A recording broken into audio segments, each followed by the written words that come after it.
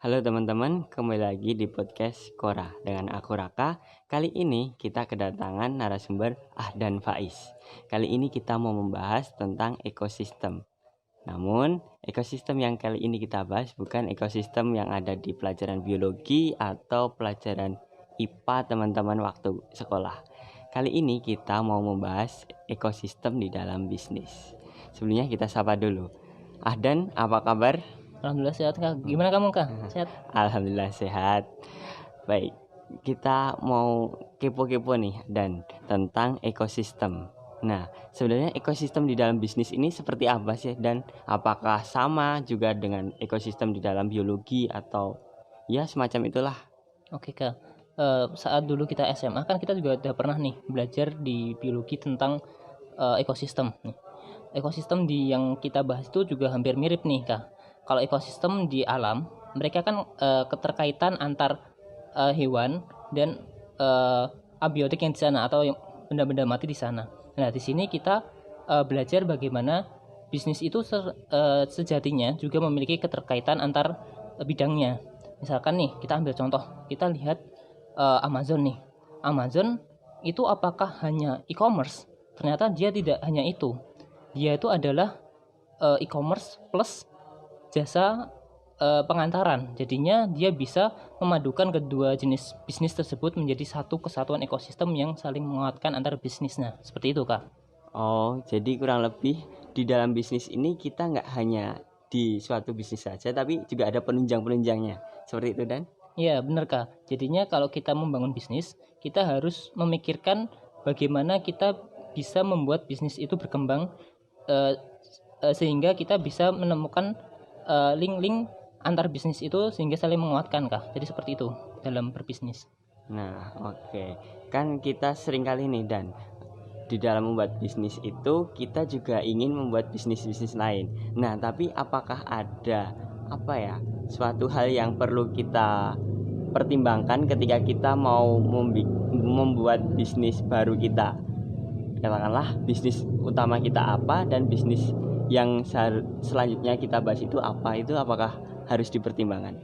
Ya, itu pertanyaan bagus, Kak. Jadinya yang pertama harus kita ketahui adalah tujuan kita membangun bisnis tersebut. Jadi misalkan nih kita ambil contoh yang Amazon. Amazon itu kan berfokus pada dunia e-commerce pertamanya. Itu adalah core bisnis mereka. Kemudian Amazon tuh melihat suatu masalah. Oh, yang dibutuhkan customer adalah pelayanan dalam pengiriman yang cepat dan kalau bisa gratis seperti itu. Jadinya Amazon mengembangkan sayapnya untuk membuat suatu lini bisnis yang berfokus pada jasa pengantaran, di mana e-commerce ini nantinya itu akan menguatkan jasa pengantaran ini dengan cara memberikan traffic yang sebanyak-banyaknya sehingga jasa pengantaran itu dalam tanda kutip bisa overload, dan si e-commerce Amazon ini juga mendapatkan kemudahan dalam memberikan pelayanan pengantaran barang secara murah, cepat, dan dapat diandalkan oleh para customernya. Jadi seperti itu, Kak. Jadi harus core-nya dulu kita pegang, kemudian kita lihat ada masalah nggak sih di bisnis core-nya kita, dan kita membuat suatu lini bisnis yang dapat menunjang core bisnis kita ini. Seperti itu, Kak. Jadi intinya itu kita gimana cara melayani customer kita agar nyaman dan jadi loyal kepada bisnis kita. Kayak Ya, gitu. benar, Kak. Aku setuju dengan itu, Kak.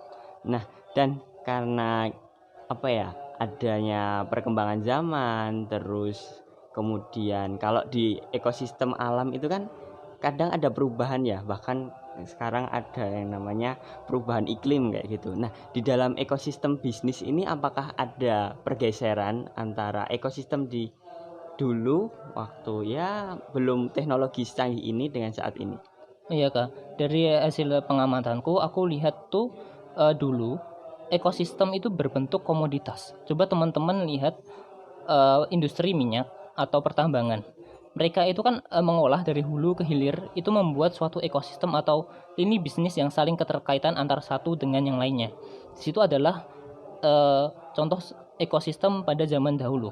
Tetapi seiring berkembangnya zaman, ekosistem ini juga mengalami perubahan, di mana yang dulunya komoditas yang ada barangnya sekarang berubah menjadi jasa atau pengolahan data yang yang mana itu bisa menimbulkan insight bagi para customernya. Misalkan contoh seperti Amazon yang tadi, itu kan juga mereka berbasis jasa dan data yang mereka olah sehingga akan membentuk suatu ekosistem atau keterkaitan antara bisnis-bisnis mereka. Samping itu misalkan kita ambil contoh juga Google. Google itu kan juga memiliki berbagai layanan yang saling terikat satu dengan dengan lainnya dan meningkatkan value dari Google itu sendiri kah. Jadi seperti itu kah. Iya. Dan dari tadi kita bahas itu tentang bisnis-bisnis besar, bahkan raksasa gitu. Nah, karena kita sebagai anak muda, terus mahasiswa yang ingin merintis sesuatu hal itu dari awal dan dari nol gitu. Nah, untuk mempertimbangkan ekosistem di dalam bisnis yang akan kita buat ini, apakah harus sejak sedini itu untuk memulai atau seperti apa, Dan? Kalau yang aku amati nih, bagusnya kita fokus dulu ke core bisnis yang kita dalami. Jadi kita harus mendalami core bisnis kita, apa tujuan kita, dan dari situ kita baru lihat, oh ternyata ada permasalahan A, B, dan C. Kemudian baru kita lihat, oh penyelesaiannya itu misalkan A, dan di A ini kita mengaitkan dengan core bisnis kita, sehingga kedua bisnis ini bisa saling menguatkan satu dengan yang lainnya. Seperti itu kak. Wah, menarik sekali teman-teman bahasan kita mengenai ekosistem bisnis. Ternyata teman-teman, ekosistem itu nggak cuma ada di alam atau ada di pelajaran-pelajaran IPA dan biologi teman-teman semua, tapi di dalam dunia bisnis, ekosistem itu nyata adanya, di mana lini-lini dari bisnis kita itu sebisa mungkin kita kaitkan agar menjadi suatu ekosistem bisnis yang luar biasa dengan untuk menunjang mengembangkan bisnis inti kita. Nah, namun kita juga perlu untuk memulainya dari core bisnis kita. Kita harus tahu core-nya, kemudian kita akan menjawab permasalahan-permasalahan yang ada di bisnis kita tersebut. Nah, terima kasih Mas Ahdan untuk ilmu yang di-sharing kepada teman-teman. Ya, sama-sama kak. Senang bisa berbagi sama teman-teman juga di sini. Ya, oke. Sukses untuk Ahdan dan sehat selalu. Ya, amin. Makasih kak. Oke, teman-teman, cukup sekian podcast kali ini. Ditunggu untuk episode selanjutnya dan bye-bye.